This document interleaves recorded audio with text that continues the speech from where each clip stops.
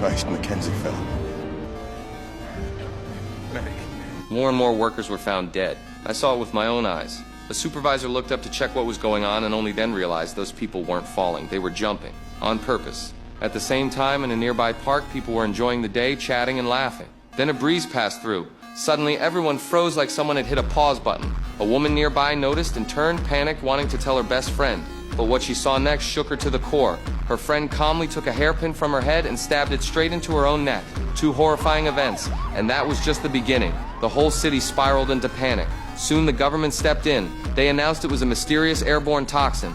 Once inhaled, it messes with your brain and drives you to kill yourself. They advised everyone to stay home and avoid going outside at all costs. I lived just blocks away from where it all started. The second I saw the news, I completely panicked. I grabbed my family, rushed to the station, trying to escape to the countryside. But just after we left, disaster hit the street we were on. Again, that same eerie breeze passed through. The entire street went silent. Then suddenly, a police officer pulled out his gun and ended his life. Meanwhile, on the train, something felt off.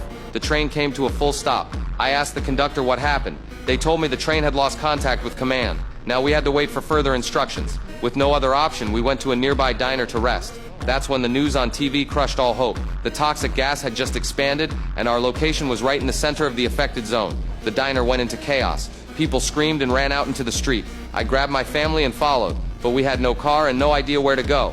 That's when a stranger pulled over. He offered to give us a ride. I was beyond grateful, and we all jumped in.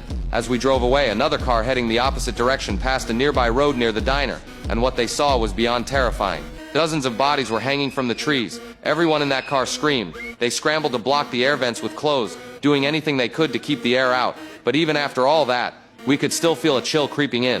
One person looked up and saw a long slit cut into the car roof. Before anyone could react, the car suddenly stopped. I got out to check, and the road ahead was covered with bodies. I immediately knew we couldn't keep going that way. I turned around and took another route. At a fork in the road, we finally saw a military vehicle. I thought we were saved, but the soldiers ran up and told us the entire base up ahead had already been exposed.